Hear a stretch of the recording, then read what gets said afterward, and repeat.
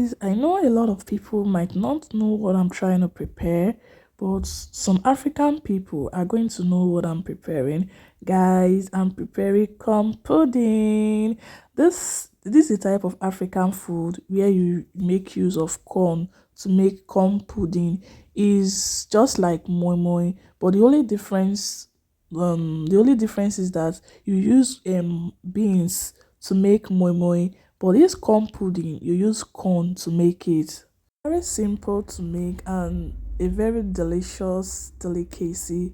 So guys, all you need to know is to get corn, then remove the corn from the shaft, just the way I'm doing it with a sharp knife.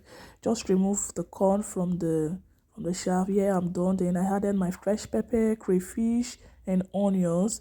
Then it's time for me to start blending.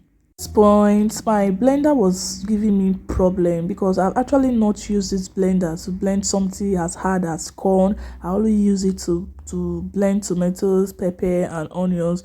I was finding some difficulties while blending this, but at the end I was still able to use it to blend the corn.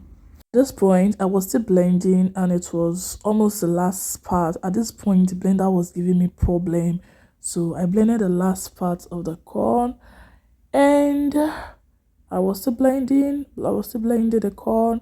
I added some water for it to be easy for me to blend. Yeah, this was where the blender almost got burned. Like I was so scared.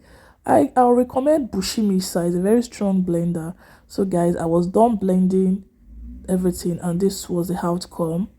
You can see how creamy, how fine it is. So I added my onions, salt, maggi, what else? I added another set of crayfish. I added more crayfish to make it tasty.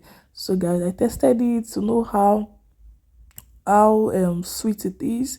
So this is me just stirring and stirring. I added palm oil to it.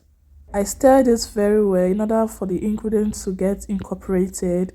So guys, I added more oil because the oil was not enough, and then it was time for me to package it. Mind you, I added some protein, which is crayfish. This is a big type of crayfish. I added it to it. I was already done packaging.